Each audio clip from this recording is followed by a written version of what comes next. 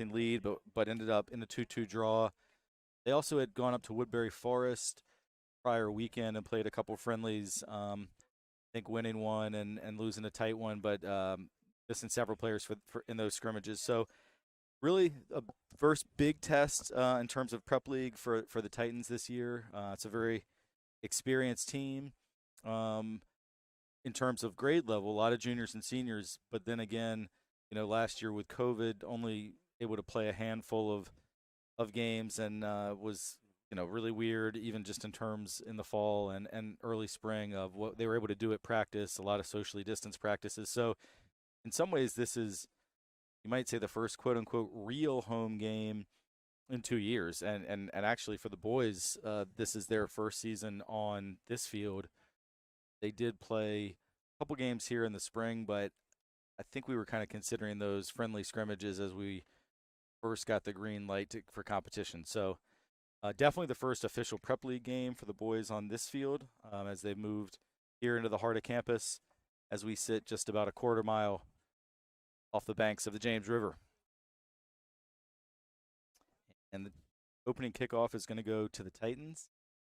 And Trinity will be defending the goal right in front of us, closest to the parking lot for those familiar with the campus. And the Titans will be attacking the woods side. And we're off. Trinity goes long ball early with Davis Geis looking for Quinn Slaybaugh, and Quinn called for a foul there in the right corner with the defense provided by number 11 Colin Ryan from the Cougars. And I hope I'm correct about this. I'm pretty sure I saw that Colin Ryan just committed to play college basketball, I believe at Mary Washington. I think I saw that on Twitter. If anyone from Colin's family is watching, I hope I got that right. A two-sport athlete and a captain for the Cougars. Collegiate looks to go long. Davis Geis heads it, but Liam Smith couldn't quite handle, and Collegiate attacks down that left wing. But the cross comes in and goes into the side netting for a goal kick. That was Matthew Jenkins with a left-footed cross. Just a minute into the action here, and Davis Geis is going to play this goal kick in. A lot of times you're going to see your goalkeeper take the goal kick, but Joe Turkley, the sophomore keeper, still getting a little experience under his belt, so they're going to go ahead and have center back Geis take those goal kicks, especially when they look to go long. And goes up for a throw in. The Cougars take the throw. And Goldie played a nice ball there. Now Geis plays it out for a Cougar throw right about even with the top of the box. Cody, you noticing any patterns of play here early, or you think they're still both teams kind of just feeling each other out? Marking pretty well, but when we get flustered behind our defense ball and then cross in. Yeah, there goes Nody with speed to win the 50-50 ball, but his cross comes to nothing, and now Hayes Shepard is able to control and connect a pass to Liam Smith. But the Cougars put on that pressure high up the field and create another turnover and earn another throw. Smith does a nice job heading it back out to the touchline for another throw.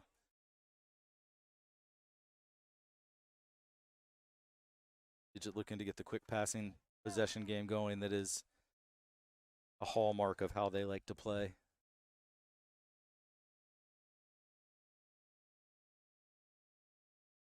Comes Nody again and off the right side. His left-footed effort goes way over, but I know he's definitely one to watch from Collegiate. Very fast player. Charles Nody, just a sophomore, and he played in middle school with a bunch of these Trinity guys because he was a St. Michael's guy. He played with Colin Flood and Hayes Shepard, Brooke Shepard, Ben Mills.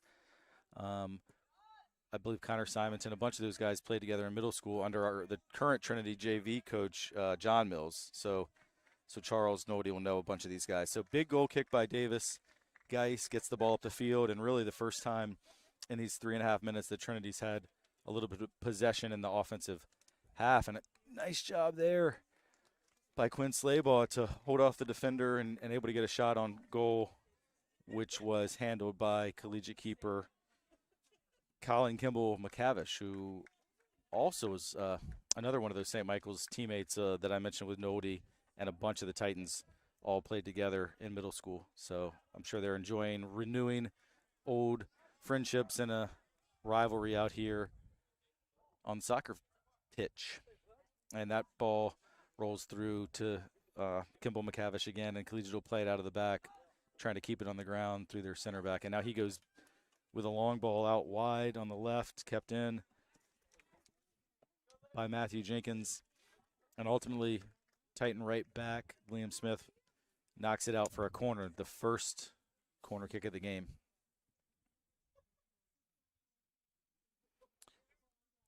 So, Dakota, let's see here. Are the Titans, do you see them marking man for man, or they seem to be in more of a zonal marking scheme here off the corner? I think they're trying to man mark, and their defensive line is zonal. Yeah, so kind of a hybrid. It's a good corner, but Liam Smith did a nice job of heading it away. So it's going to be a corner now from the other side. Collegiate's right-hand corner as they attack, and they are bringing number 14. That's Robert Westerman. Their center mid took the previous corner, which was kind of an in-swinger from that right foot. Now this is likely to be an out-swinging corner. And he lofts it up pretty high. Cougars get a head on it. And it did go out. Will Nooner was able to head that ball wide, and it does go out for a goal kick. Yeah, so that that corner kick that that Westerman just took, I think about a week ago, that corner was basically dirt, and the maintenance staff here at Trinity has done an incredible job getting ready. We good? Might have lost audio for just a second there, but just was giving a lot of credit to the maintenance staff here at Trinity Episcopal, who's done an amazing job getting this field in playing condition, especially down in the corners, as they've been able to use every inch of width possible. This field, even in the spring, was quite a bit more narrow when the girls played on it. So definitely opened it up a little bit, and that was a lot of work. All right, back to the action. Big long ball played out of the back by the Cougars, and really right now it's just 50-50 balls all over the field. I mean, I don't think either team has connected more than a couple passes in a row. 6.5 minutes in, still just no one's really been able to get a firm grip on the game. Both teams playing hard. And you can tell Collegiate would like to establish that possession, and I think Westerman 14 is really where they look in that holding mid-roll to keep the ball. But right now, Trinity really keeping their shape well. Nice job by Charlie Kemp to head it out to Colin Flood. And Flood looks to play a through ball to Quinn Slaybaugh. A little bit of contact, but the official allows play to go on.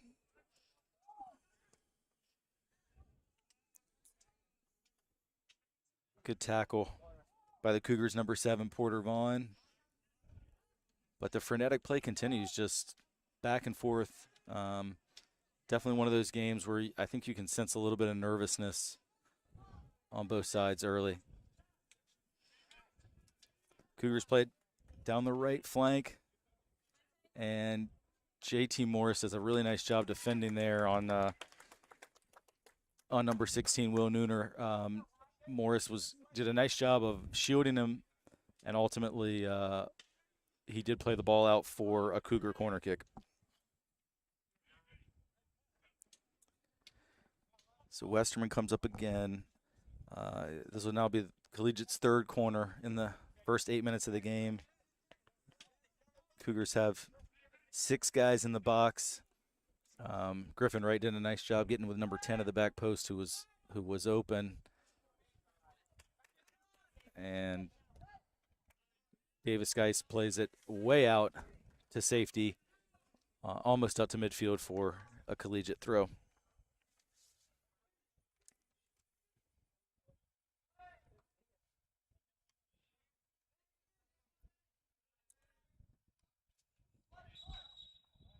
And referee blows the whistle. Jack Fannin went down there. Looks like a clash of heads. Fannin went up for the header. I believe he and Charles Nody from Collegiate, their heads came together. Totally, clean play. Both guys just going for a header. I think Fannin's going to hopefully be okay here. Obviously, anytime you're dealing with a head injury, you want to take every precaution possible. Nody for Collegiate walking around. He looks fine. And Titan trainer Mark Hall is talking to Jack Fannin. So we'll allow Mr. Hall to do his job. And now almost 10 minutes into this first half. Dakota, what are some things you're noticing so far? One, there's a lot of headers and the ball's in the air most of the time, and they haven't been able to connect a couple of passes. And I think that's because Trinity knew coming into this game that Collegiate was proficient at passing, and they wanted to not man mark, but make sure to be on the man whenever they get the ball. Yeah, I agree. I think Titans look really organized, and you're right. The ball is spent an inordinate amount of time in the air early on, which is honestly not what I would have expected just based on how Collegiate historically likes to play. Coach Rob Ukrop, very strong technical coach, always plays that 4-3-3 and really likes to keep the ball on the ground, keep the ball moving. But I think with the Titans' close man marking so far, Collegiate has kind of been forced to try a little bit different approach. And so far, neither team has really created much. Quinn Slaybaugh had the one shot on goal for the Titans. Cougars have had their 3 corners, but so far, like we said, I think that feeling out process continues. Collegiate does have a nice flick after that throw in, and Charlie Kemp plays it out for yet another throw. And Jack Fannin did get subbed out, certainly left under his own power. We think he's okay, but Ben Mills checked in for Fannin, and ball drops, and there's Turkley, the sophomore keeper, wins that ball, plays it out to Hayes Shepard, another sophomore, and Shepard got taken down, so it will be a foul. Titans will be able to push out, keep their shape, and in this early going, that's the second foul in Collegiate. I believe Trinity is yet to commit a foul. It's been a nice clean game so far. And Davis Geist going to take it, assesses his options, and goes long to Quinn Slaybaugh. Lays it off for Shepard out on the right flank. And Shepard took several touches, just really didn't have a whole lot of options there. Ultimately knocked out of bounds for a throw-in for Trinity.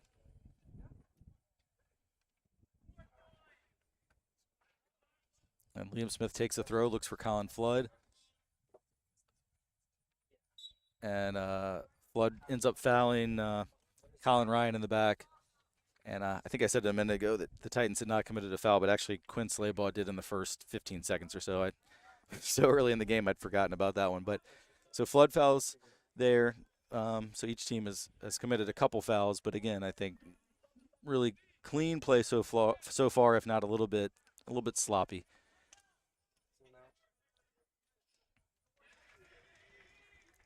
JT Morris defends. And I will say, it looks to me as that ball comes off JT Morris's head and then Davis Geist heads out for a throw that the Titans seem very content to allow throw-ins. I mean, already about 12 minutes into the game, Collegiate's probably had 10 throw-ins. And it seems like Coach Phillips has said, look, if you got to play it out, no problem. We'll let them throw it in. We'll keep it organized. Although that throw-in does lead to an opportunity, and on that second ball went just wide. So no problem giving up throw-ins, but then you got to mark. And that ball, Titans didn't really deal with it.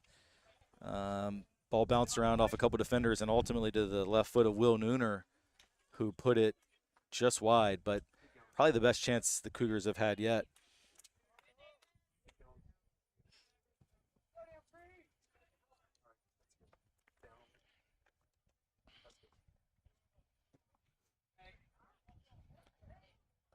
Davis Geist goal kick goes out to about midfield.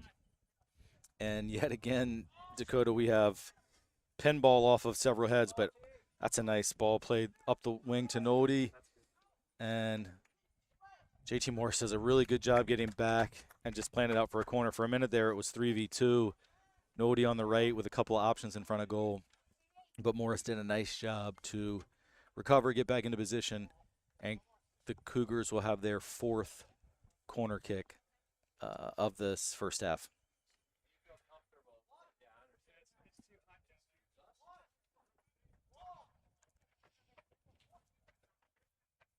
That corner hangs up pretty high. Morris knocked it out, but only to the top of the box. And that's a goal for Collegiate. Unfortunate for the Titans, who've been so organized to give up a goal. But T. Rigby, to his credit, wow, he was just kind of that, what do you call that? Kind of the trash role of just waiting up top to see if anything spilled out. And the header from JT Morris was trying to clear it, but went right to Rigby's foot. And then he just, first time, kept it low. Turkley, the keeper, was blocked with bodies all in front of him. I think he was totally unsighted there, and a nice finish by Rigby. And 1-0 Cougars.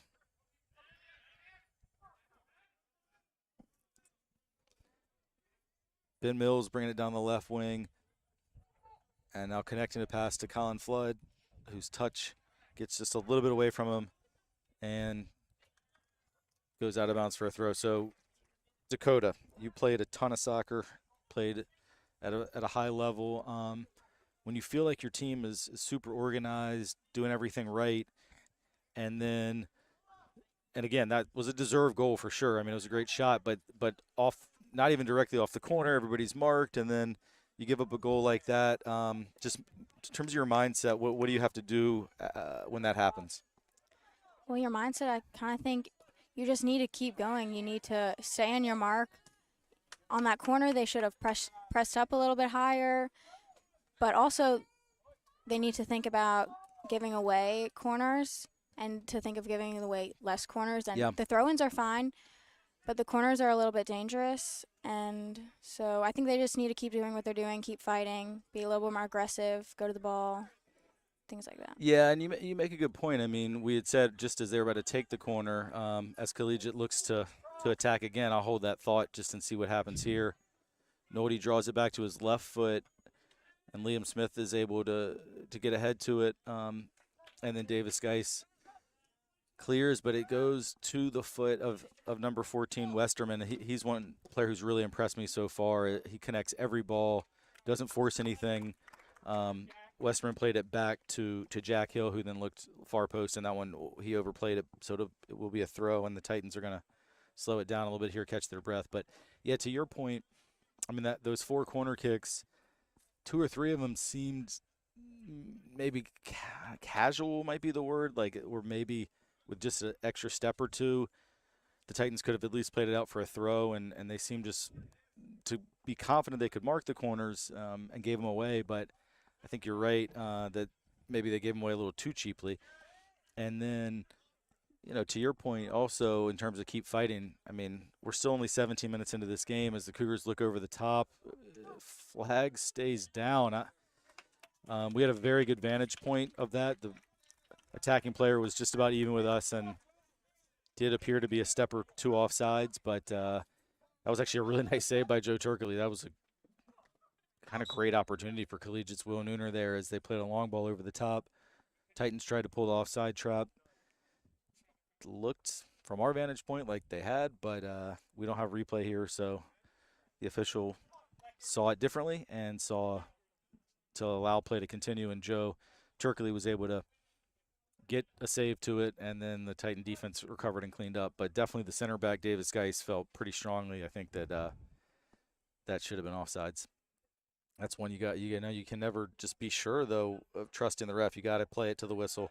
And to Davis's credit, he did recover. Jenkins carrying it down the wing for Collegiate. Real strong play by him there, holding off the defender and then finding Westerman in the middle. Give and go, and the Cougars are definitely starting to move the ball a little quicker now, playing with a little bit more confidence. Nice tackle by Colin Flood, but falls back to the foot of Rigby, and then Nooner. Hayes Shepherd plays it right out to Collegiate, and that same ball by Jack Hill, he's played it a couple times there where you're looking for the far post. Not quite on the same page with Noldy, the right wing.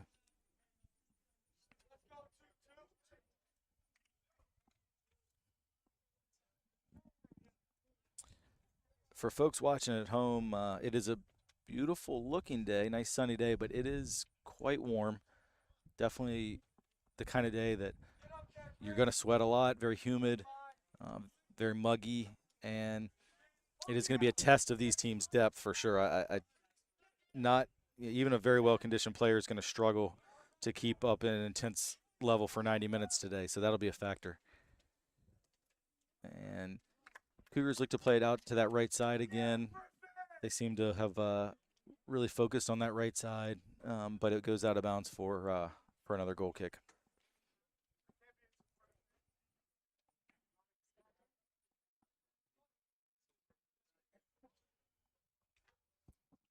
So as Davis Geis prepares to take this goal kick, we are just about 20 minutes into the first half. Collegiate leads 1-0 as Davis plays that one to Hayes Shepherd. It's a little hard for him to control. He looks, or actually Charlie Kemp looks over the top to Quinn Slaybaugh. But that second ball comes to Collegiate's Jenkins again. But his back pass is off the mark, and Quinn Slaybaugh is able to get a foot to it. Nice defending, though, there by Colin Ryan, the captain, the senior defensive player for the Cougars. Another Cougar throw in, and they're going to take it quickly as center back JT Morris has gotten way up the field, but Morris was in good position to win that ball.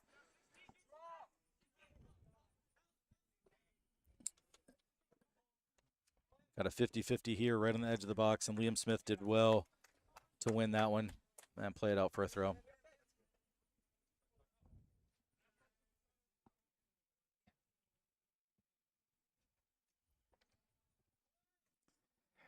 And Charlie Kemp heads it out for another corner. So, Dakota, we talked about, this has been a kind of a story in the game. 5th corner now for the Cougars. Progressively with each corner, they seem to be more threatening. Seemed like Charlie could have maybe headed that back for another throw, but his body positioning took it to a corner.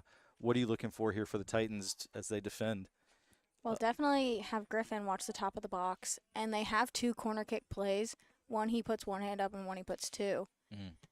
Where I think they run in on the second one, but that was a good head by JT. Yeah, JT Morris heads it to Griffin Wright, who heads it out to the feet of Quinn Slaybaugh, who puts it right in stride of Colin Flood, and this is a nice-looking counterattack by the Titans. And then Flood gets it back to Slaybaugh. He's double-teamed, but connects to Hayes Shepherd, and that's about 5. Now Shepherd to Kemp, I think 6. Now 7 as they hit Griffin Wright passes in a row for the Titans. That's the best sustained possession that Trinity has had.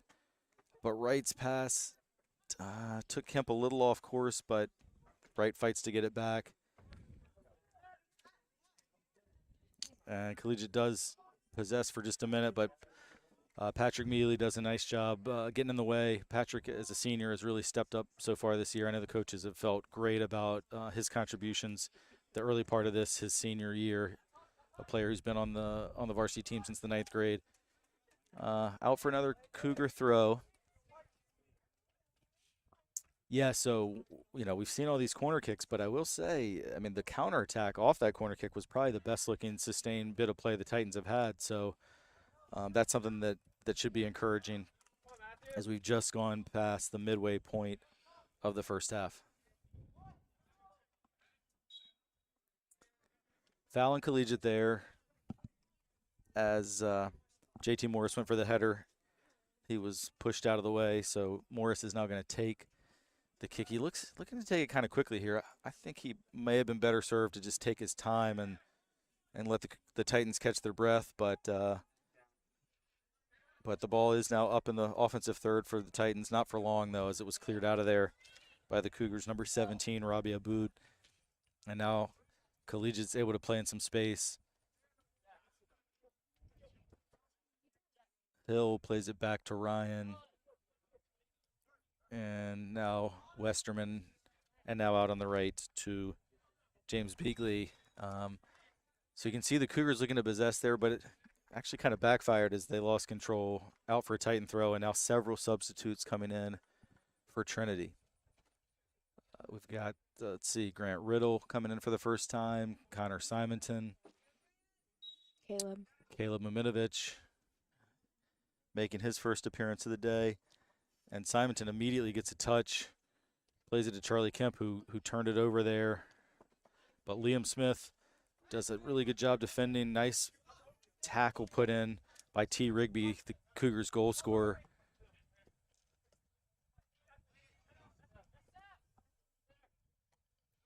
Westerman played it up to Nooner.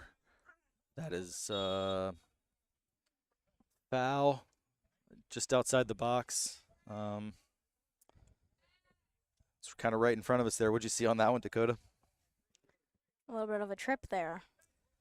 Yeah, Charlie Kemp went in a little hard on the 50-50. Nooner went down pretty dramatically there and got the officials' attention for sure.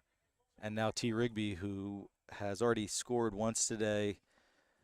So we saw him strike a beautiful ball for the goal, is going to have an opportunity from about 25 yards out on the young keeper, Turkley. Wall set up their four-man wall, and Rigby does put it well over and into the back netting that kept the ball out of the parking lot, not the net he was looking for there. And another sub I don't think we have mentioned yet that came in with that same wave of 4 or 5 is left back Matthias Rusi, a 9th grader for the Titans. Matthias getting some early action here. He's wearing number 4 in green.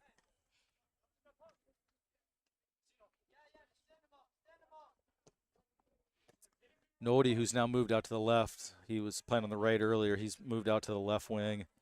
And Collegiate plays it out to Matthew Jenkins, who was previously on the left. He's now on the right. Jenkins plays it in low. Charlie Kemp does a great job cutting that ball out. And Davis Geis heads it out to Connor Simonton. Simonton had flood there, but just played it a little too far in front of him. But Simonton wins it back, but only for a second, and now out to Jenkins. Jenkins, several step overs on the freshman defender Rusi, but Rusi really tough there defensively. He did a nice job. I mean, you're talking about the junior Jenkins, who's got a lot of varsity experience for Collegiate, playing against a rookie there in just his second game. But Rusi stayed disciplined, prevented the cross from coming in. But it does bring up the 6th corner of the game for Collegiate. And this time they play it short to Jenkins on the edge of the area. Titans a little slow to get out.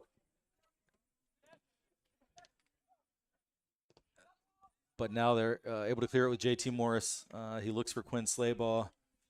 And Trinity is able to push out to about 25 yards out.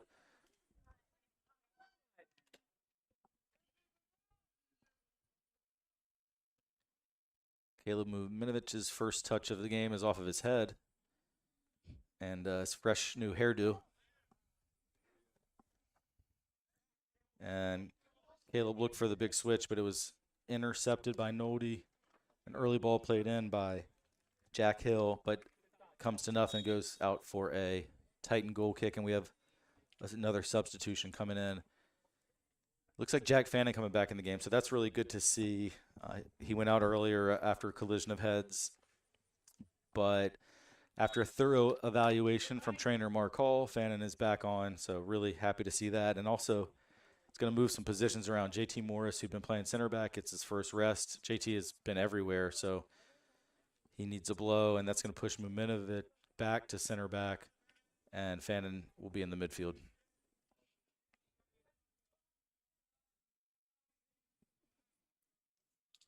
Dakota, has Collegiate sub yet? I don't think they've subbed, but they have definitely changed positions. Yeah. Nooner with several good moves there, but Liam Smith puts in a great tackle and then connects a nice ball out to Quinn Slaybaugh to Colin Flood. And this is what I've been looking for the Titans to do is connect these passes in the counter, and they've done a really nice job here. Flood to Slaybaugh to then to Fannin, and ultimately Collegiate is able to intercept and play it out for a throw. But that was some of the better counterattacking play, and I think that's what Trinity's going to have to do. I mean, they're going to have to sit in and then look for the quick counters and get the ball to the feet of Quinn Slaybaugh and Colin Flood, and I think that's where good things can happen for them. Right now, the Cougar keeper, that's Colin Kimball McCavish, has picked it up, and again he plays it short to the center back, Colin Ryan, and now he looks long, but that ball is too far out wide, and it'll be a throw.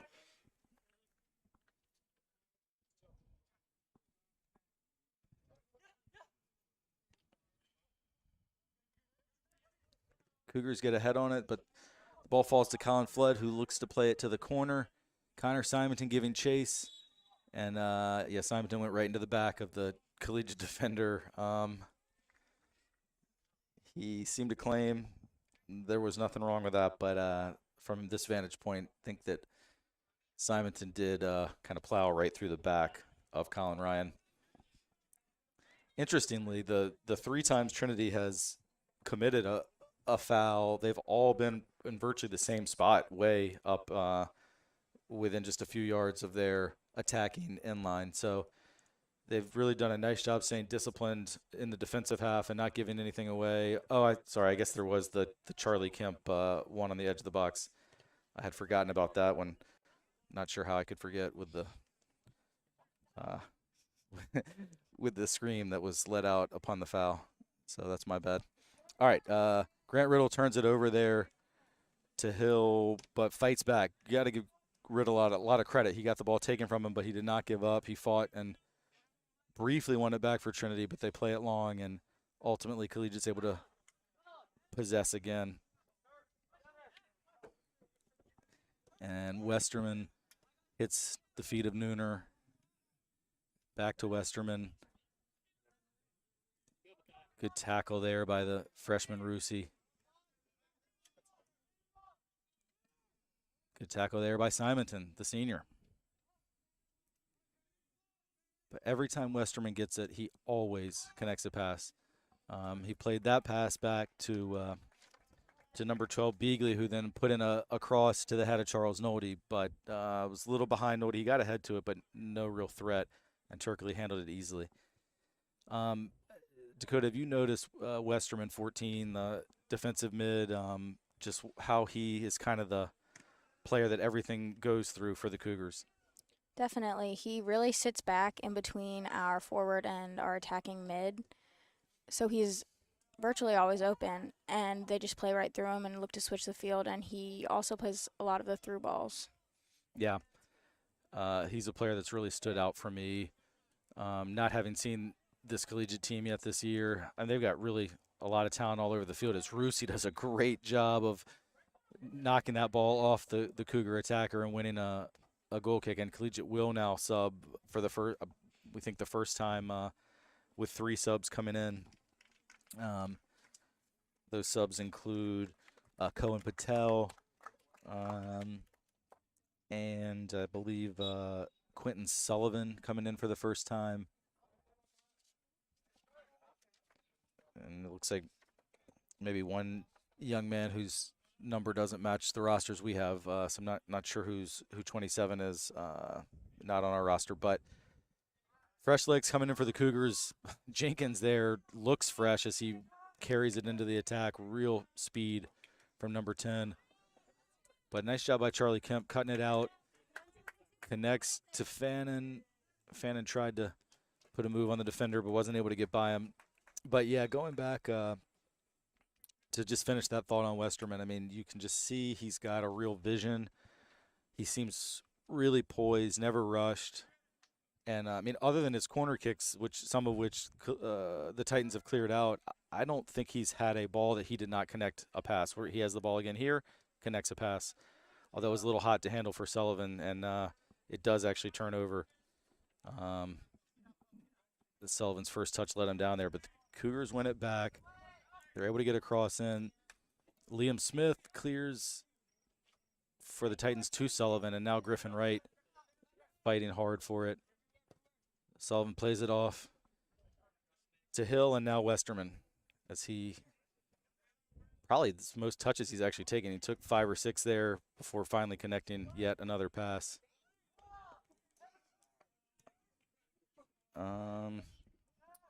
Titans struggling to really get a foothold right now, and I think we're in a little bit of a dangerous phase here if you're a Trinity fan, where the Cougars are starting to really possess, and the Titans, who've been so compact in their shape and organized, look a little bit stretched right now. Effort is there, no question. Cougars playing another ball. That's a ball that has not worked real well for them when their outside backs have tried to play to the far post. Nothing's really come of that, and it looks like the Titans might just be content to let them play those balls in and defend them, and they've defended those well. Jack Fannin fighting for 50-50 that turns over to the Cougars, but ultimately their 1-2 goes out to touchline for a Trinity throw.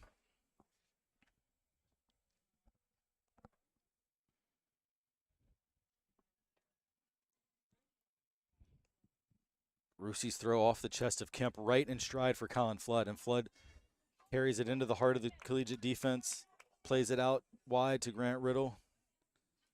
Riddle uses his quickness to get to the end line, step over. His cross came in, but the ball did go across the end line for a goal kick. So nice idea there by Riddle. Pretty good looking counterattack for Trinity. I think that's, again, where that goal is going to come from, is the counter. But Collegiate, it's going to take something special to break them down, because they're really well organized in the back, and experienced center backs and speedy outside backs. I believe that's the first goal kick Collegiate's gone long, and it may result in something because they've got 5 players coming forward. But again, Matthias Rusi, every time the ball has gone near the freshman, he has cleaned it up. His defensive prowess has been super impressive since he came in about 10 or 12 minutes ago. And there's Rusi making another tackle. And it is going to be a Collegiate throw.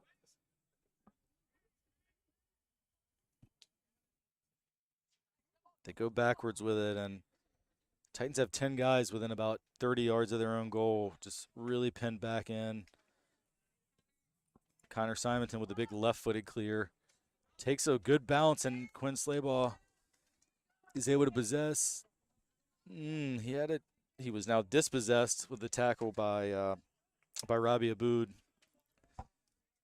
Slaybaugh was pretty isolated figure up there with 4 defenders around him. He tried to hold it up to get Flood and some others in the play, but Aboud made the tackle before they could do that overlapping run here by Jenkins. Really speedy out on the right. His cross, though, goes past everyone, and it'll be another Titan throw as JT Morris comes back in for Connor Simonton.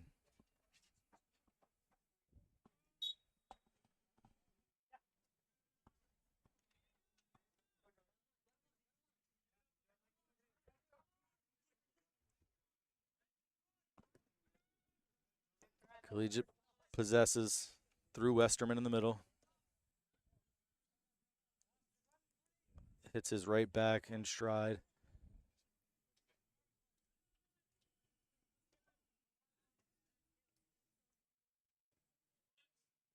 Back out to Jenkins. Defended by Fannin. Collegiate showing a lot of patience here. There's another long ball in from the outside back that is headed out nicely. Was that Morris who headed it out? Yes. But it turns back over. And then a long ball by Aboud that goes probably 60 yards all the way to the Titan keeper, Turkley. I think that was a real kind of did Trinity a favor there. Just the short passing is what's kind of fatigued the Titans, but those long balls have been pretty well dealt with.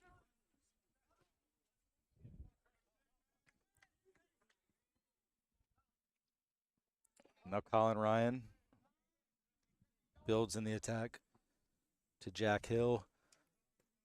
Makes a couple of defenders commit. And long shot comes in. No problem for Turkley there. He had that nicely covered.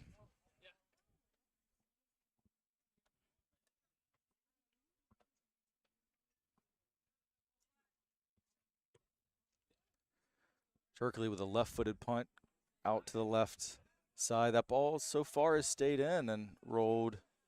Finally does roll out, but Jack Fannin headed that about 30 yards up the line. And the sub coming on for Collegiate. Or maybe, actually, I don't know that that was a sub or just did they switch a couple people's positions. Yeah, I guess it was, I think it is number 16, Will Nooner coming back in. I guess he had been at center forward earlier, and now they've moved him out to the right and playing Jenkins through the middle. JT Morris looks long for Quinn Slaybaugh. Shielded off by the defenders, and it's a good idea there. I mean, Slaybaugh definitely was in the mix for it, but ultimately the ball trickled through to Kimball McTavish, and now Collegiate looks to counter.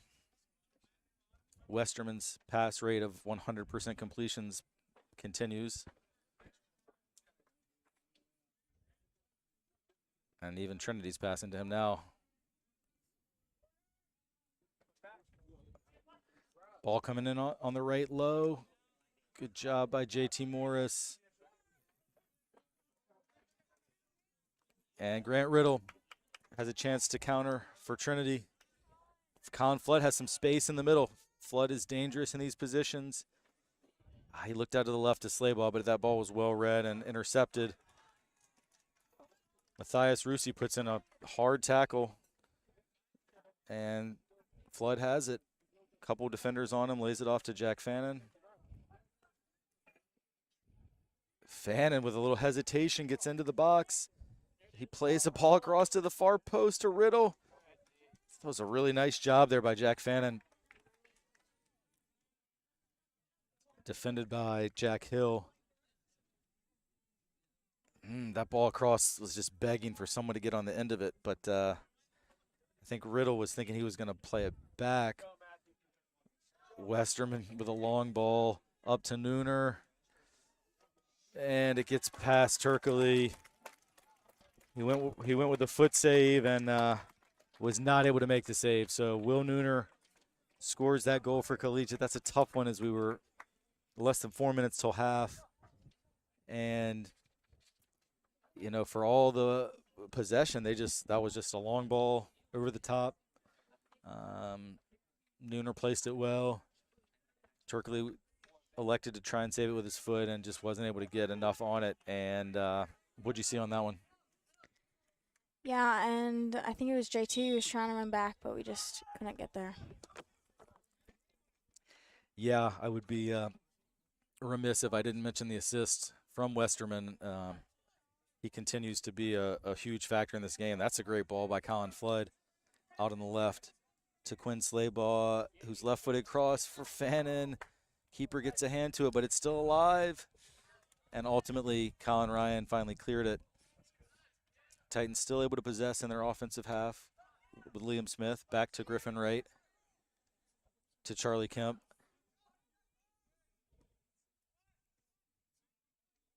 And Kemp's cross was cut out. Now Collegiate looks to counter again, but at least in the first, I guess, about minute and a half since the Cougars' goal, Titans have responded well. That could have been a really frustrating, back-breaking goal before halftime, but they, actually seem to have upped their level. So credit to Trinity there. No heads are down. But I definitely think at this point, with about 2 minutes till halftime, I think, Coach Phillips probably would be content to get in with this margin, get everybody hydrated and reorganized before the second half. That header goes out for a Titan throw. Quinn Slaybaugh fights for it, but he's held off by Colin Ryan, who earns a collegiate free kick. And he plays it short to Porter Vaughn. Liam Smith, nice interception and connects a pass to Grant Riddle. Up to Quinn Slaybaugh. Slaybaugh tried to spin the defender Ryan, and then he ran over Ryan, and he is going to get a yellow card. I think Slaybaugh has been frustrated because Ryan's been pretty physical with him, but as you know, I mean, a lot of times the defender is going to get away with a little bit, maybe more contact in those 50-50 battles. Slaybaugh getting away with nothing there.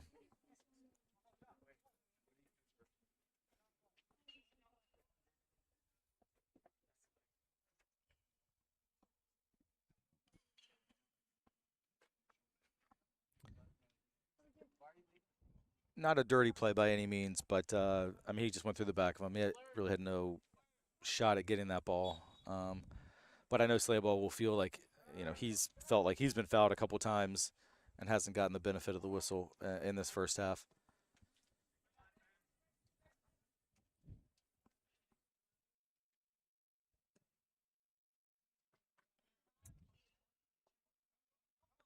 JT Morris had it for a second there, but it does turn back over to the Cougars. Patel looked to chip it into Nooner, the second goal scorer, and that'll do it for the first half. So, first half score, Collegiate 2, Trinity Episcopal 0. Titans created a couple opportunities and defended for the most part really well. Didn't, it certainly wasn't like it was a assault on the goal by any means, but the first goal coming off of a corner kick that wasn't cleared all the way, and the second ball just a long ball over the top to a senior attacker who knew what to do with it. So Dakota, let's talk about this first half. What are some of the things that you saw? First talk about Collegiate. What are some of the things you saw from the Cougars that may have impressed you, or just things that you noticed about their patterns of play? So, starting from the back, their defense was really strong. They went to all the balls, they took a couple fouls, and then definitely in the middle, we need to watch Westerman.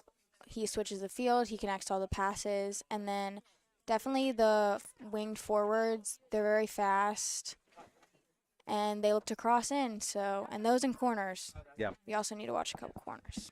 Yeah, I think you've nailed it. I mean, that is really they and Collegiate. I think we talked about the first 10 or 12 minutes. The ball was in the air a ton, which didn't suit the Cougars very well. But when they were able to get it on the ground, play through Westerman, bring in those wings, who, as you said very accurately, a lot of speed out there on the wing with guys like Nolde and Jenkins. And I do think that the outside backs for the Titans have done well, certainly in their defensive role. Liam Smith, Matthias Rusi, I mean, they've held their own for sure, but it does get the field a little bit stretched, and that's where it creates those spaces that make it a little tougher on the Titans. Now, how about for Trinity? So Trinity's had a pretty decent shot on goal early. I believe it was from Slaybaugh. There was the cross that Fannin had. Maybe a couple other half chances. What do you think that the Titans can do to create a little more goal-scoring opportunities to get themselves back in this game? I definitely think marking Westerman a little bit closely will help a lot. Also, I think one of our best scoring opportunities is by counterattacks and runs up the middle and then playing it out wide. So I think that's where we need to take advantage of. And a couple of our crosses have gone through the whole defense, so we need to get on the end of those. Yeah, I mean, when you're the team that is kind of playing that counterattacking style, and the Cougars are likely to have the majority of possession, is when you do have those opportunities and get those crosses in. I mean, somebody just got to take a risk and get in there. And I think that's the thing that the Titans have lacked, is that player to just make that run and say, look, the ball's coming through, I'm going to get it no matter what. And if that means maybe I get flagged for offsides, maybe I run into the back of a defender, so be it. But that run just hasn't quite happened yet. I do think Coach Phillips is going to be a little bit disappointed, not with the effort. The team has played hard, and the organization has been excellent. I mean, they were really well positioned. And that's what's so frustrating is why I say he'll be disappointed is because the game plan has worked perfectly, but then the 2 goals have come off of – I mean, they're not flukes. I mean, Collegiate, I think, deserves to be ahead. They have been the slightly stronger team, but the goals came off, the corner kick that just got a guy at the top of the box unmarked. I mean, the Titans will have worked on that. They win that first ball, and then just no one's near Rigby for the second ball, and that's a communication breakdown that's frustrating. And then on the second goal, it kind of came from nowhere. I mean, Westerman plays a 50-yard ball in the air right in stride for Nooner. I think it caught the defense a little bit off guard, and then the low shot, I think, caught Turkley a little off guard where maybe he maybe wants to dive and get a hand on that next time, but goes with the foot, didn't make full contact, and it just kind of ricocheted off. So definitely not soft goals, but it's not, if they connect 8-10 passes in a row and break you down, you kind of got to tip your cap. And the 2 goals that the Cougars did score really weren't of that variety. So in some ways, you're probably happy that you've kept to the plan, but then you're still down 2-0, and that's not a position you want to be in, particularly on a day this warm. You're going to have to be really digging deep for those Trinity players.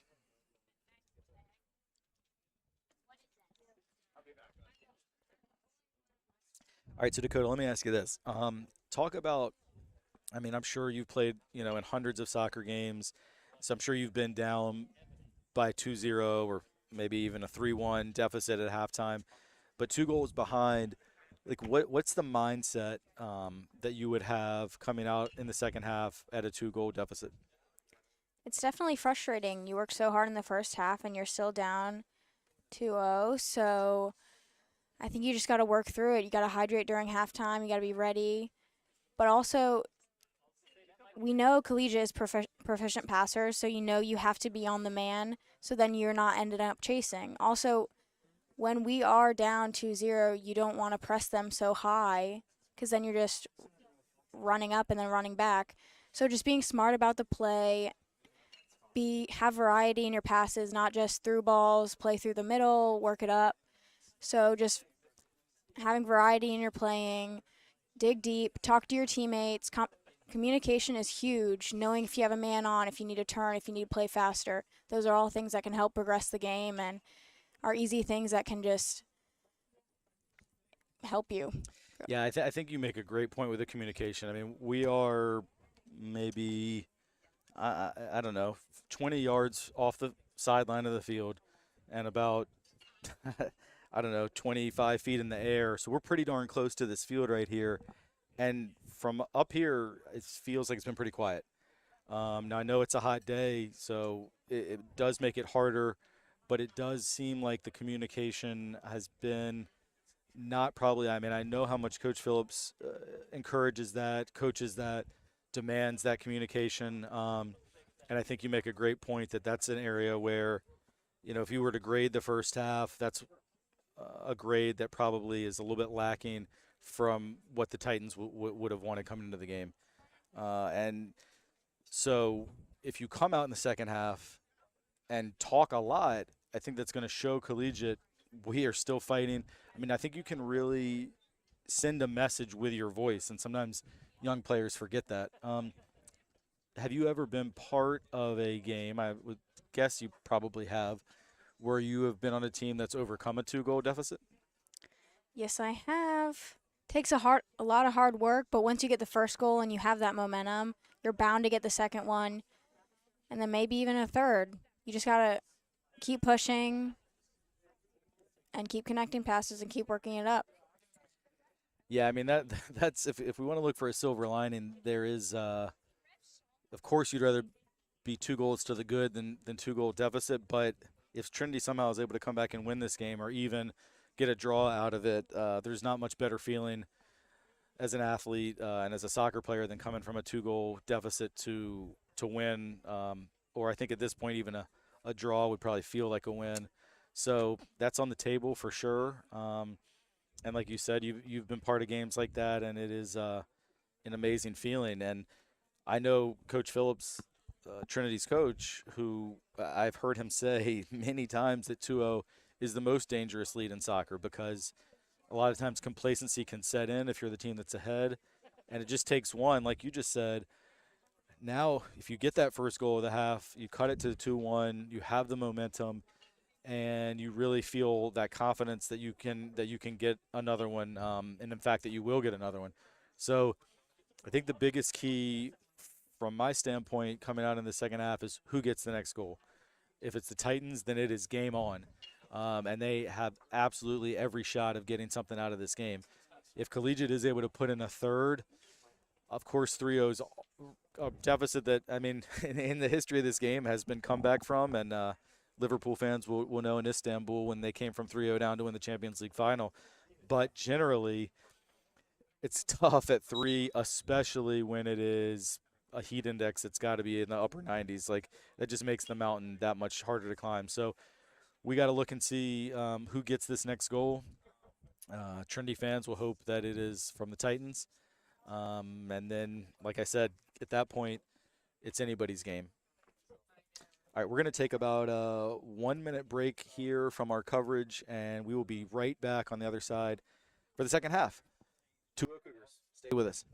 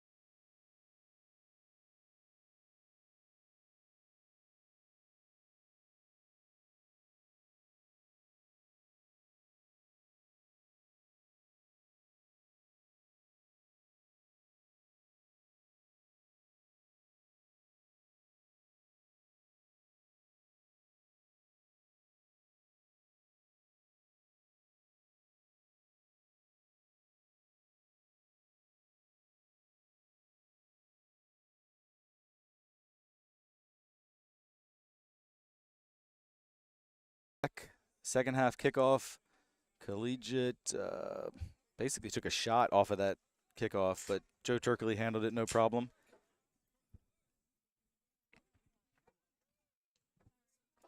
And Turkley's punt comes out to Charlie Kemp, who's able to get it over to Jack Fannin, and his pass intercepted. So we've had Trinity Titan senior Dakota Bimberis with us for the first half, and she's done a great job here on TESPN. And we are bringing in Cece Molesky, sophomore on the Titan girls team, who for a couple minutes here.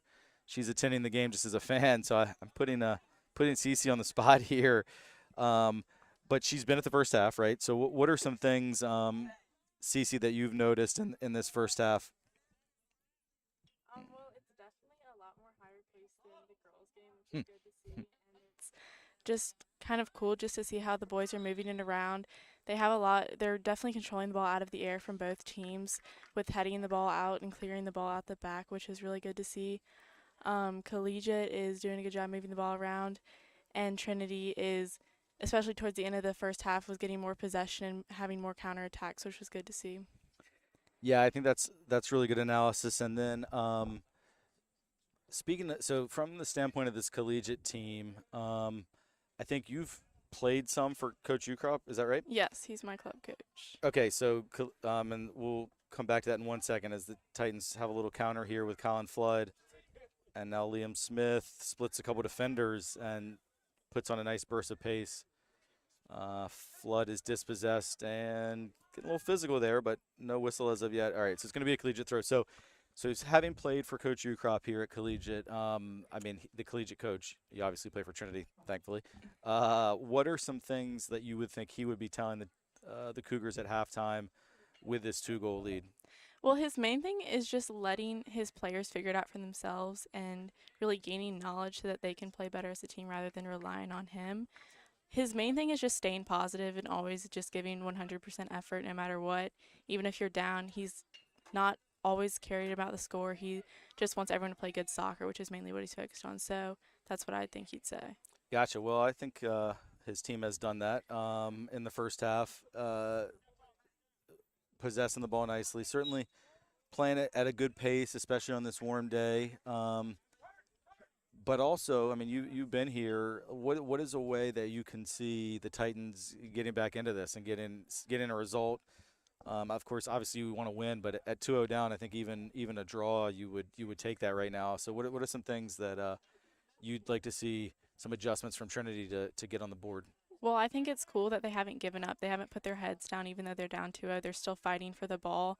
I think they're doing a lot better of finding the open space.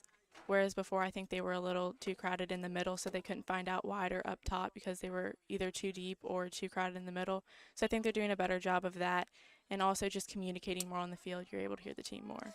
Yeah, that's one thing that Dakota and I talked about just a few minutes ago in the halftime analysis, that it seemed had been pretty quiet from the guys in green for large chunks of that first half. But even just coming out here in this first 3.5 minutes of the second half is a noticeable difference in communication. So we predicted that Coach Phillips would make a point of that, and I think he clearly has, and the message has gotten through. And the Titans have a throw in. They're now headed into the box. Quinn Slaywell gets a shot off, but wasn't able to get much on it as the ball kind of bounced up on him. All right, we're gonna let Dakota get back here in 1 second, but just I guess Cece, first of all, thanks for coming by, and then let me just ask you one more question. For you as a rising sophomore who, I know you played several different positions, but playing primarily center back here for the Titans, what is your assessment of of how the center backs, Davis Geis, JT Morris, Caleb Uminovich played back there some too? Like, what have you seen from those guys? They're really good with anticipating and being able to cut off the balls, specifically like heading the ball out of the back. They've done a really good job of that in the first half. They're doing a really good job of communicating. I think they're really just organizing the team, especially in this half compared to last half, just getting the team up and getting them in the game and then just keeping the momentum up. I think they're doing a really good job. Yeah, I mean, the first 5 minutes here of the second half has been played almost completely in the offensive half of the Titans, so they are definitely coming out with more energy for sure. Hopefully, that results in a goal for the Titans. Sorry, I think I said I was only going to ask you one more, but actually I'm going to ask you one more thing. As you get ready and prepare and, a few months away from your sophomore season here, wearing that shield, what are some things that you're looking – goals, maybe individual or team goals that you have for the girls' season? I think just keeping my momentum up and always keeping the intensity high. And then in the back, not always just clearing the ball and really finding feet so we can build out of the back is one thing I really want to work out in this season. Yeah, that's my thing. All right, that sounds great. Well, thanks so much to our guest spot here. Cece Molesky just put her completely on the spot. She had no idea. We just called her out of the stands, and she gave some excellent analysis. It also shows me she's really paying attention to this game, because I know a lot of high school kids would just be looking at trivial things, but she's got some real great analysis there. So thanks a lot, Cece. Thank you. Appreciate it. Enjoy the second half. And Dakota coming back in. So Dakota, you've had about 6 minutes here of a rest from talking to just kind of watch what's happening out there. Anything you've noticed in this early stages of the second half? Yes, I'm happy to see that Trinity is on the more attacking side of this first half, which is very exciting. Even though they are 2-0, they definitely came out from the halftime talk with the intensity, and now we have a kick. Yeah, that's a nice ball to the far post, played in by Davis Geis. Good job there, well read by Colin Kimball McCavish. And then he looks for the quick counter. first half he was mostly playing it out on the ground, but he went with a big punt there as the Titans have brought a lot of numbers forward for that kick. And they get it out to Charles Nody on the right. And it's Westerman from the top of the box. Curls just wide. It's one of the first times in the game where the ball hasn't gone exactly where Westerman wanted it, because he wanted to put that in the back of the net, but it did trail off. It was a good effort, though, and a nice counterattack by Collegiate. But, yeah, you got to be encouraged. The first 7 minutes of the second half, Titans have really bounced back from the halftime deficit. They've been aggressive. They've been able to get guys forward. Quinn Slaybaugh with the flicked-on header there that was well read by Colin Ryan, and the Cougars do regain possession.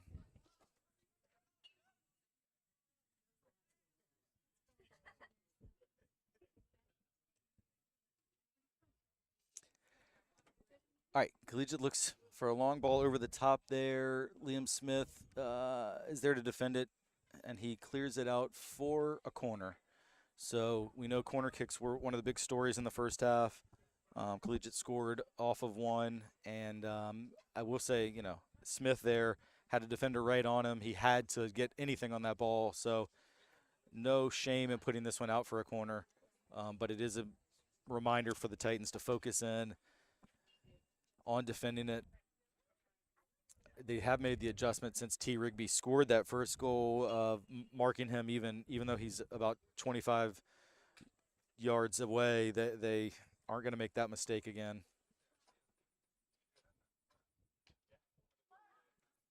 And that corner's bouncing around a little bit. Comes out to Vaughn. Porter Vaughn plays it in. Nice header by JT Morris. And Collegiate's still able to maintain possession. I thought for a minute there it might have been a good counterattacking opportunity for the Titans, but Cougars do a nice job regaining possession and playing it in. JT Morris with another towering header, and Smith plays this one out for a throw.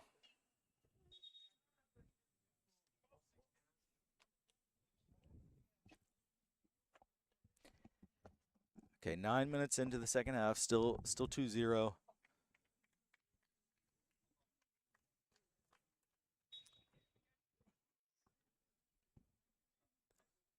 I am noticing, though, even as the play is kind of far from us now, a lot more communication. Everybody communicating on that throw-in, making sure that players are marked up. And Davis Geis goes long to Quinn Slaybaugh here.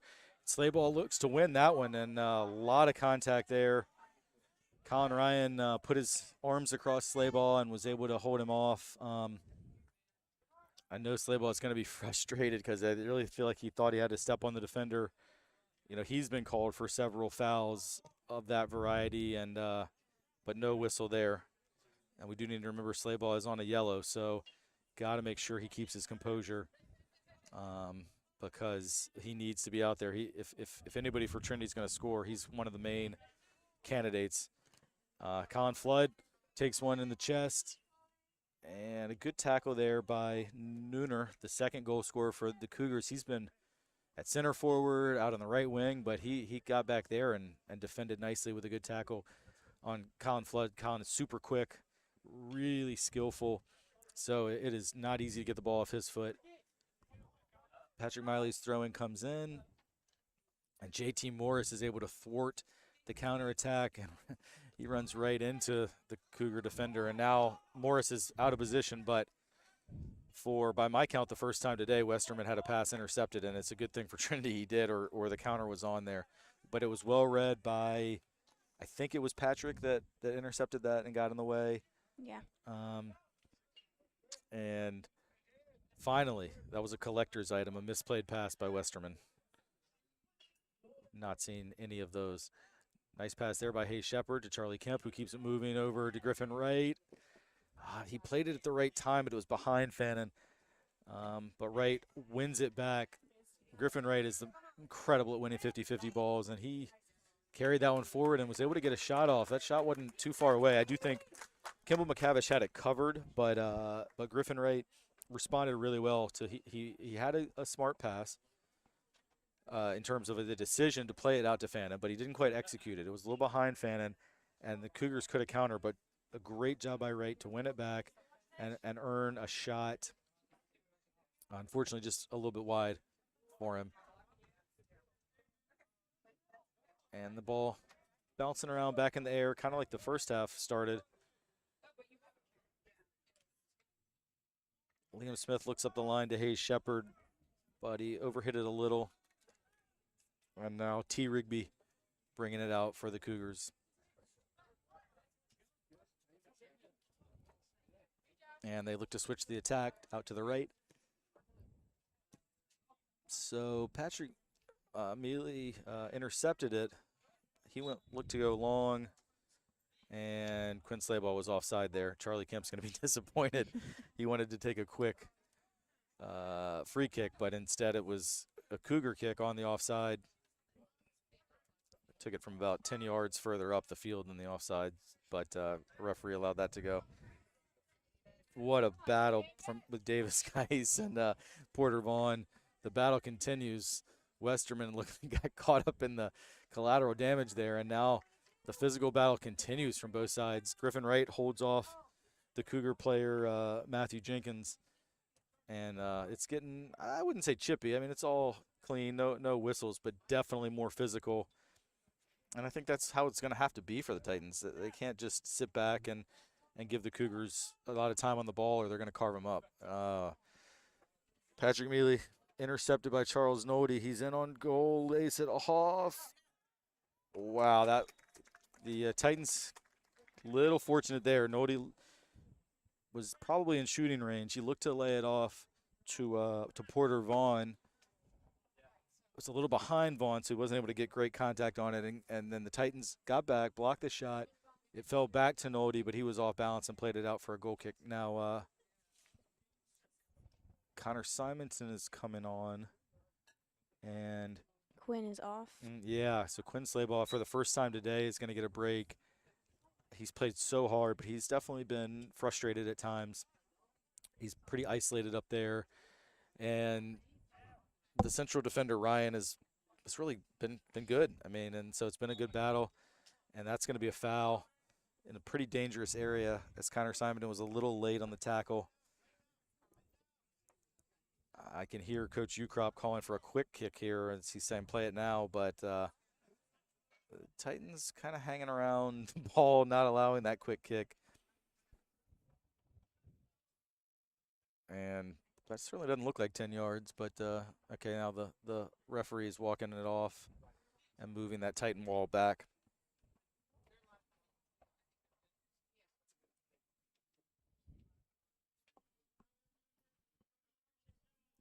So it looks like Matthew Jenkins is going to take it about 30 yards out, and Jenkins puts it over. Westerman wanted the ball. It's a great, yeah, exactly. Westerman made a nice run out wide, and he had a lot of space in front of him. I think that's one that hopefully the Titan coaching staff saw that, because that was on for next time. But Jenkins got a little goal hungry there. Westerman clearly wanted that ball, and he was in acres of space, the senior midfielder.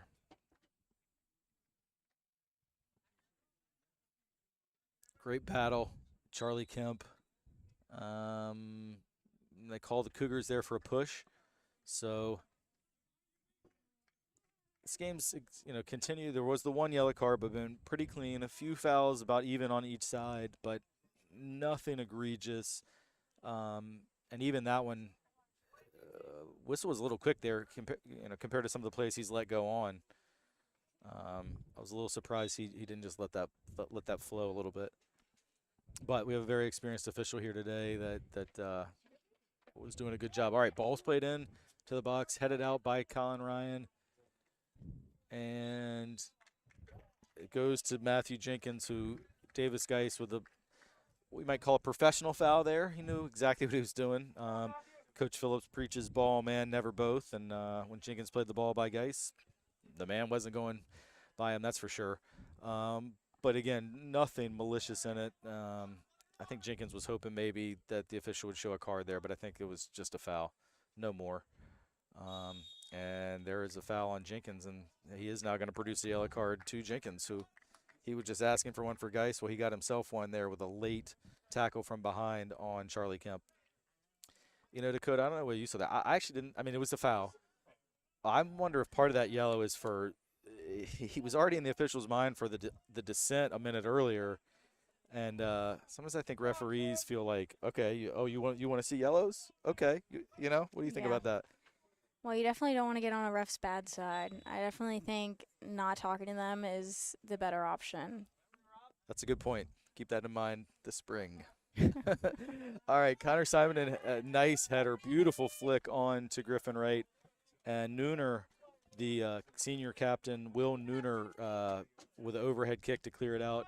Jack Fannin looks for the cross to Grant Riddle, just a little behind him. Davis Geis heads it down to his own feet.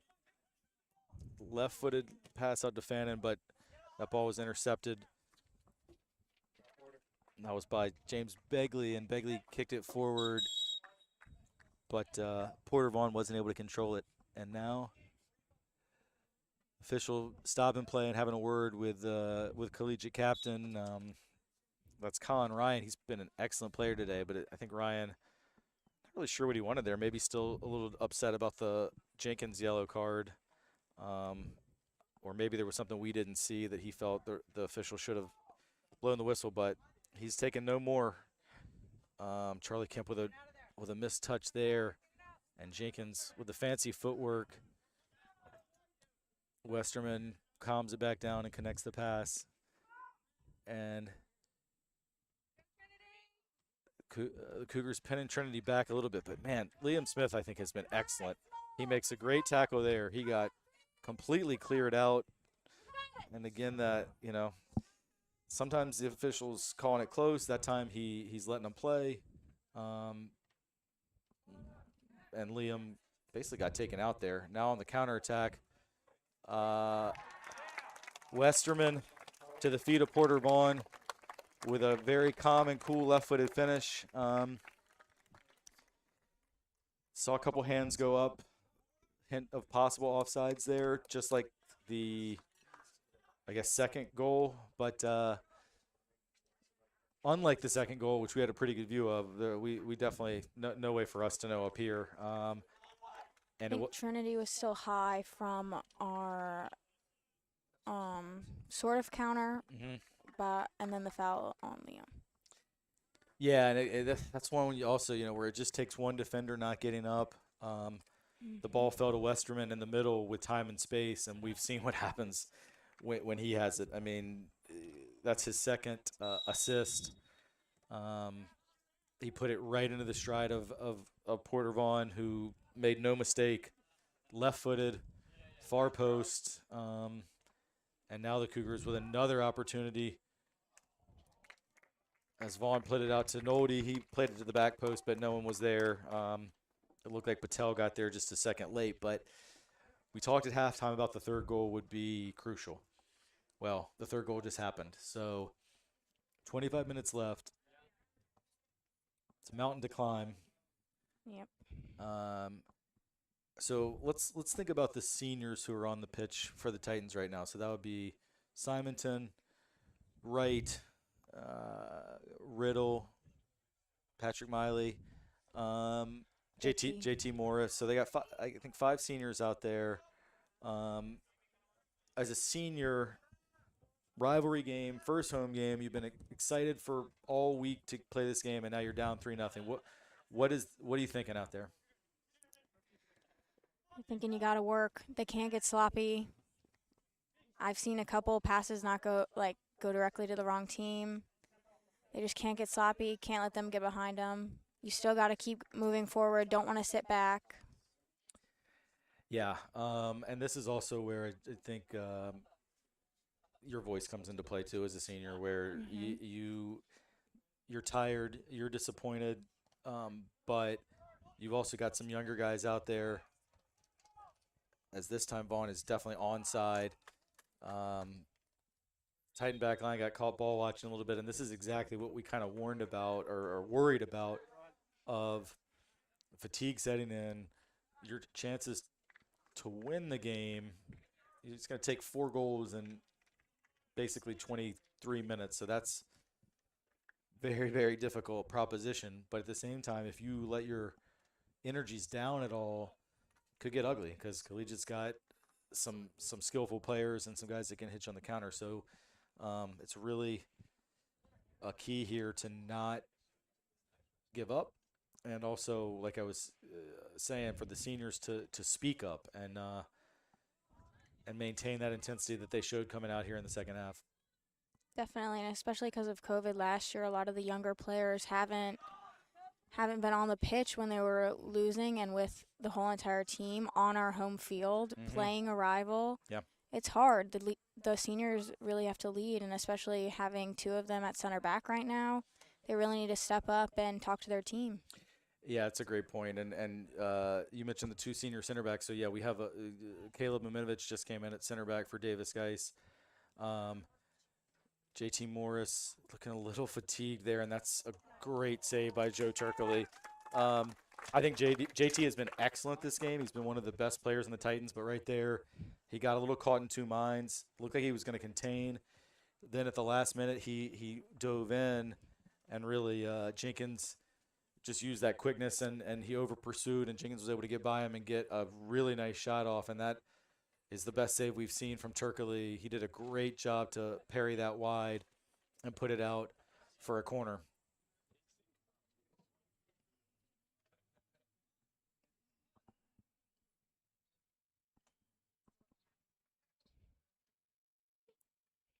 Cougars with a lot of different runs coming in. Jack Fannin gets to it first.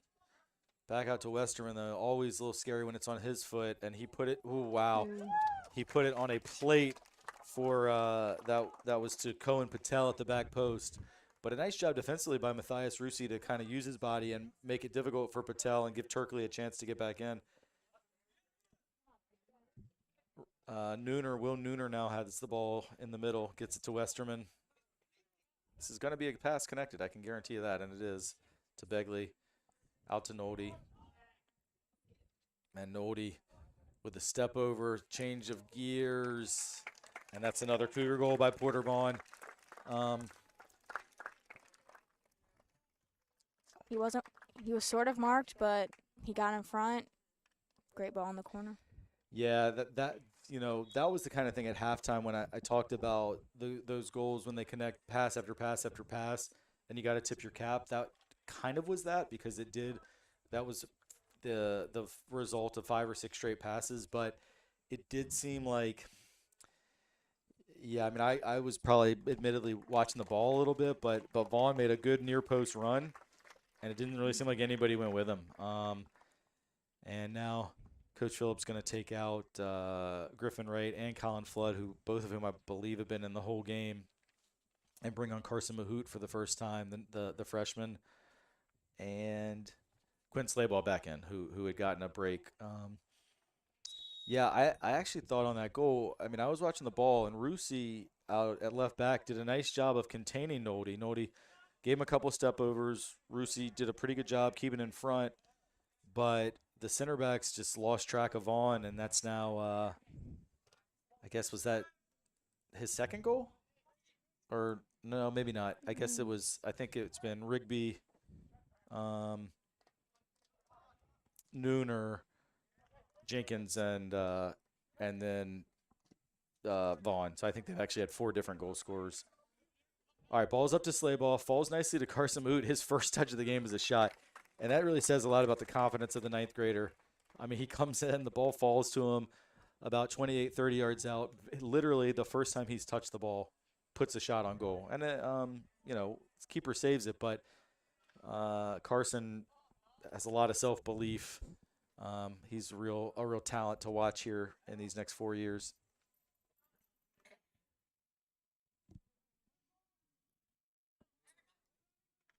Patel with some fancy footwork loses it out of bounds. Looks like Trinity's moved to 4 forwards. I think when Colin and Quinn were in, it was 1 forward and 1 attacking center mid, so I think we're going a little more attacking. Yeah, that's a good analysis there, and definitely, formation shift with, at least the 3 across the top with Slayball, Mahout, and Fannin, and then Riddle up there as well. Charlie Kemp fighting hard for that ball, but referee saw him get a little too handsy with it, and so it'll be a Cougar free kick about 40 yards away. Nody coming in from the right wing, and Westerman, the senior, directing traffic. He's really been kind of the what do you call the person in the orchestra, the conductor? I would say he's been the conductor for the Cougars this game. Nice job, though, defending that by Muminovic with the header on that free kick.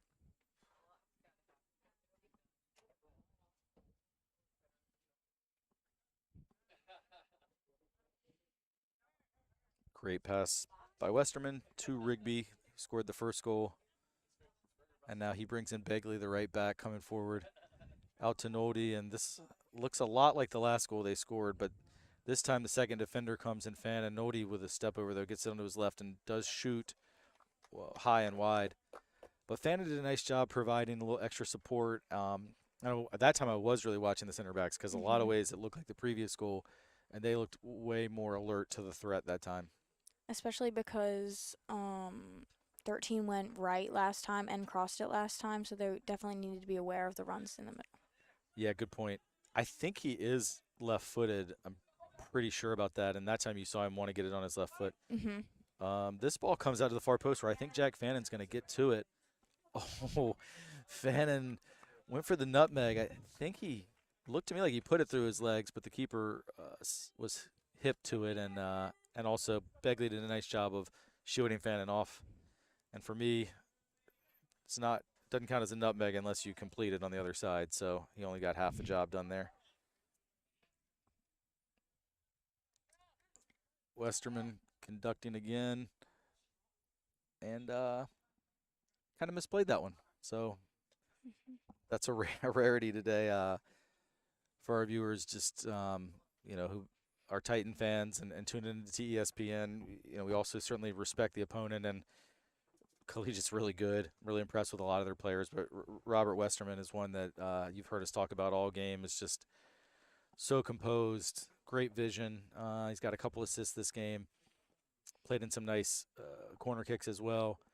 And with him pulling the strings, Cougars starting a lot of juniors and seniors, a very experienced team. I think they're a team that's going to go far this fall. Nice job there by Kemp to win it back to JT Morris. And Morris was looking for Mahout, but couldn't quite connect. I also think Ukrop took Westerman's talents of controlling the ball, playing it wide, through balls, connecting a lot of his passes, and put him in a really good position. That defensive center mid position is really good for someone with his talents. Good tackle by Caleb Muminovic there.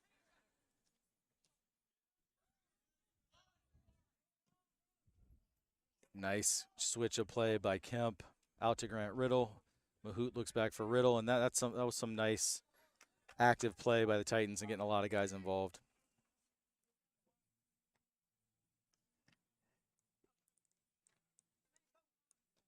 Connor Simonin looked to head it on to Jack Fannon. And yet, to your point, I mean, confessing, I guess, I don't know, my own biases, but like my favorite type of player at this point in my soccer watching fandom is that deep line central mid that just pulls the string. So, I mean, I love just that player that's so composed, has that vision, and really just, beats you with their mind as much as anything. So I will say that, like, some people, if what you love is speed or flashiness, if your favorite player is Cristiano Ronaldo, then maybe Westerman's not what you're looking for. But if you like someone who just has the soccer IQ through the roof and makes the team play every time, then he's your guy. As the Cougars counterattack, and it goes out for a corner. And Cougars are going to take their time taking this corner, as you would expect, with under 14 minutes to go and a 4-goal lead on a warm September day. And as they're preparing, I want to tell folks that we have 2 more TESPN broadcasts this week. Another soccer game Thursday. Fork Union Military Academy comes and visits the Titans. So these guys are going to have to bounce back quickly. With just one day of practice tomorrow, I expect it'll be probably pretty light on physical and pretty heavy on this mental and getting the guys prepared again. And then Fork Union coming in for another league game on Thursday as Westerman plays that one in low. Nobody gets a shot on it, but it goes high. And then Friday, TESPN is back for football against Norfolk Academy from Aycock Stadium. So plenty more. This is just our, I guess, third broadcast for TESPN, but we're having fun with it. I hope you guys at home who are watching are enjoying it as we get students here involved in a whole new way. And we have a keeper change for the Titans. Mitchell Kugelman comes in for Joe Turkley for the last, we got about 13 minutes to go here. Mitchell, a junior.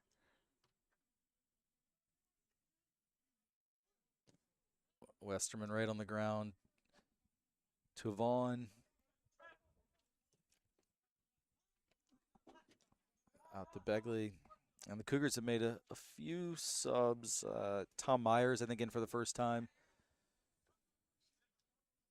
But they also still have several starters out there.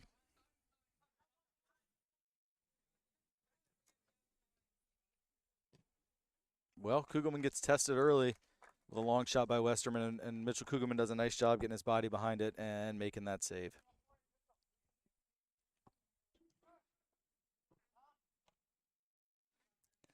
Connor Simon goes up for a header that he wins.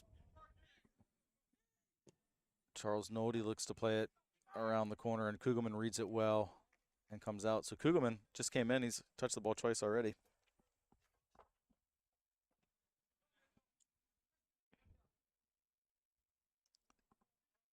Punt goes out to Carson Mahout. And Mahout was not on the same page there with Quinn Slaywall. Quinn wanted into his feet, and Carson tried to play it over the top.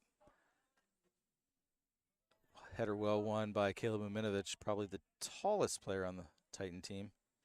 To Liam Smith, back to Muminovich, and Smith goes long. That ball's in. Grant Riddle runs it down, and it does finally trickle out for a Cougar throw.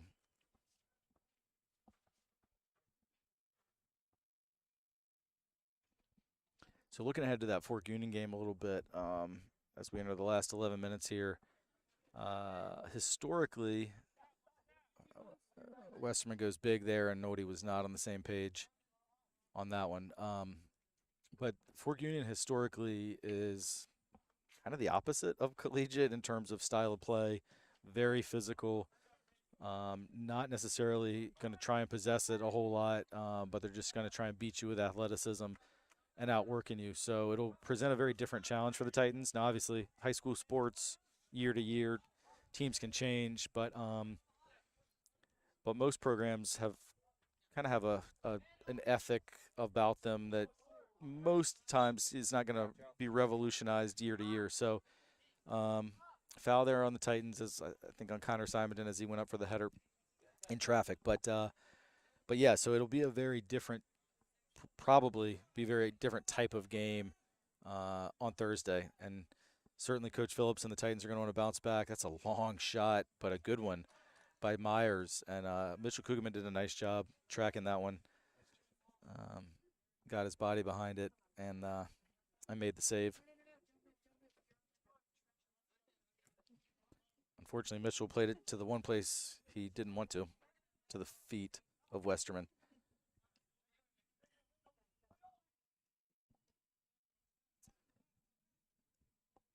And now Begley, the right back, brings it forward.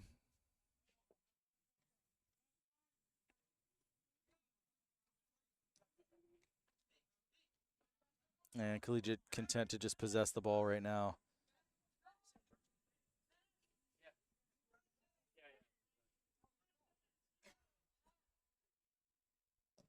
Good pressure by Charlie Kemp, forces a turnover. And Simonton plays it long. There's Liam Smith again. Even on a day that, obviously the Titans are going to be likely to be disappointed in this outcome, barring a miracle. Liam Smith is a player who has really stood out at that right back position. Really great work ethic. He's won a lot of 50-50 balls. I don't believe he's ever been beaten off the dribble that I can think of. Connected some passes. So definitely a bright spot, I think, has been Liam's play. What have you seen there, Dakota? Definitely. I think the outside backs are definitely doing a great job. Patrick, Mealy, and Matthias Rusi. yes, have done a really good job on the left side too. So I think those are some of our strengths on the wide defense. Yeah. Yeah, those guys have played well, and Collegiate puts a lot of pressure on you on the wings. With their 4-3-3, I mean, that's one of the ways they really try to beat you. As Titans do a nice job there of getting out and drawing the offside. That was a really Kuguma made a nice catch on it, although at that point I think the whistle had gone. But a really nice job by JT Morris, Kugelman, Muminovic getting everybody out, and because if Westerman had stayed onside there, it could have been big problems.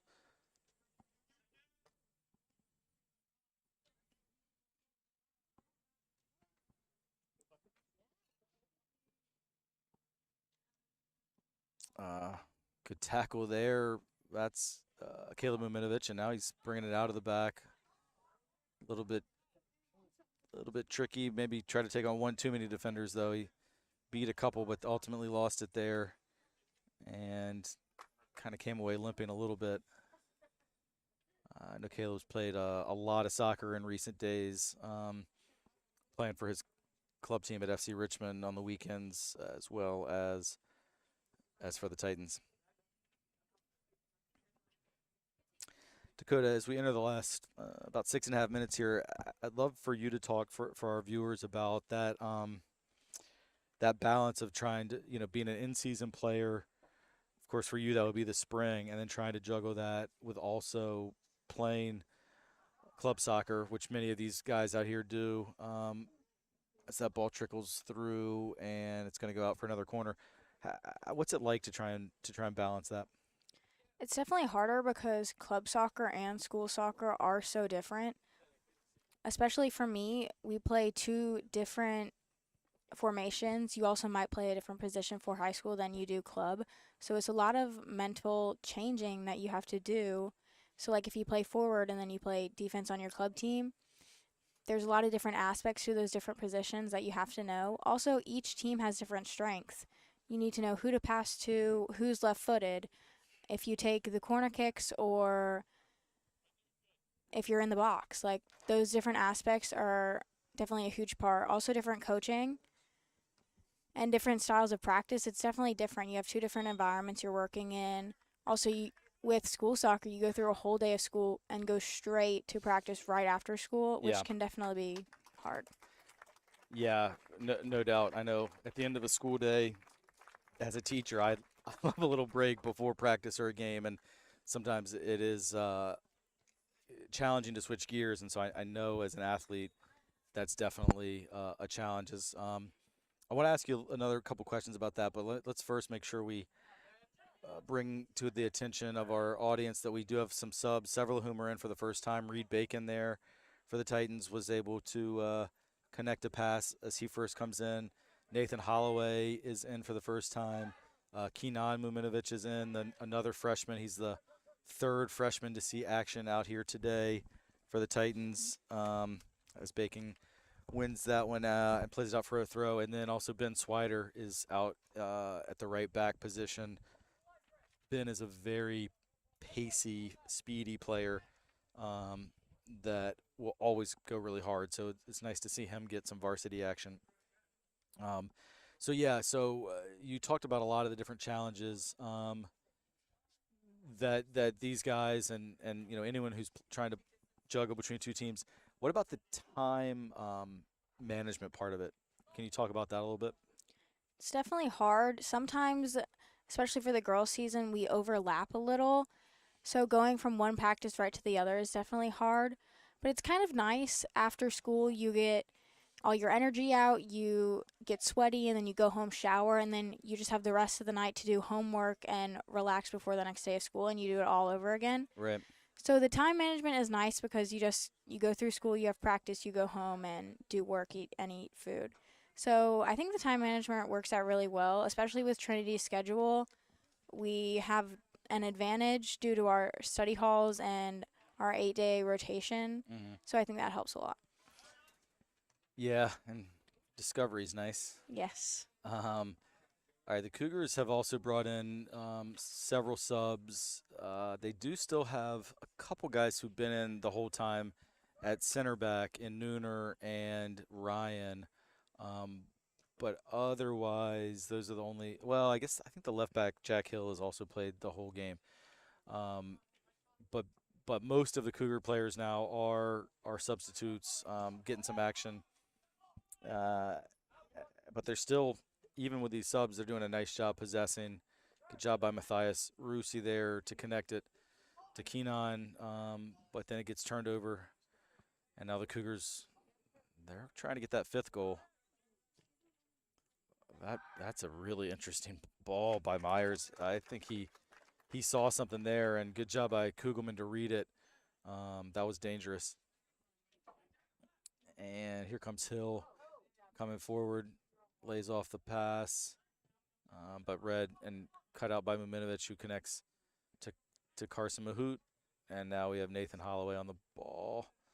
And Nathan's kick is out for a throw. So I know the other thing I was going to ask you is you mentioned different positions. What's your favorite position to play? Where do you want to be on the field? Personally, I like anywhere in the center mid. My club team, we have a weird formation this year, so we kind of have 4 in the middle where we play in the diamond, and I play on the wider side, which is definitely different, but I really like to stay in the middle. I like to connect those passes. I definitely like to get forward more, shoot, score some goals. But I also like to control the game. I really like the ball on the ground. I'd prefer the ball on the ground, prefer it to my feet, and I think center mid's a good position for all those things. Yeah, definitely. And certainly it's a position that you've played very well over the years, starting, I think, every game of your high school career, going back to the 9th grade. Had an excellent 9th grade year on a very, very strong team. And then, as all of us, that following year, your sophomore year, didn't get to have a season, but came back with an all-league year last year and a state Final Four appearance. And here comes Patel looking for that 5th goal for Collegiate. Matthias Rusi, Titan fans are going to enjoy watching him for the next 4 years. He goes in hard on every 50-50 ball. The left footer is also a really good passer of the ball. Just plays very, very hard. Really excited to see him. And we talked earlier about how we had 5 or 6 seniors on the field, but now a lot of younger guys. So right now I think only 2 seniors out there with Slaybaugh and Caleb Muminovic. Well, no, Grant Riddle's out there too. So still 3 seniors on the pitch, as well as Collegiate's got a couple. That is going to do it. So thanks everyone who tuned in. Collegiate ultimately pulls out the victory by a score of 4-0. Really some good performances by the Titans, but just Cougars had a little too much today. Robert Westerman, we feel like, did a great job of controlling the game in the middle of the field and creating some goals. And then 4 different goal scorers for the Cougars as they improve to 4-0 on the season, and they still are unscored upon. I believe that makes it now 19 goals for 0 goals against. So they're going to be a team for sure to keep an eye on this year. And Rob Ukrop has another great squad over there at Collegiate. So final thoughts here, Dakota, as we get ready to sign off on our very first TESPN soccer broadcast. Just any final thoughts that you have? Players who stood out for you on the Trinity side? On the Trinity side, I definitely think Liam on the right back definitely stood out. I also think Quinn Slaybach's physicality and his want to score was also definitely something to watch and something to be excited for the next couple of games. So I'm excited to see where Trinity and Collegiate both go. Yeah, great point. And Dakota, great job by you and your first experience doing this. And Thank you. it was great to have you alongside. And I do think this this Titan team, despite today's result, I think is in line for a really good season. There's some nice depth, a nice mix of experience, as well as some youth.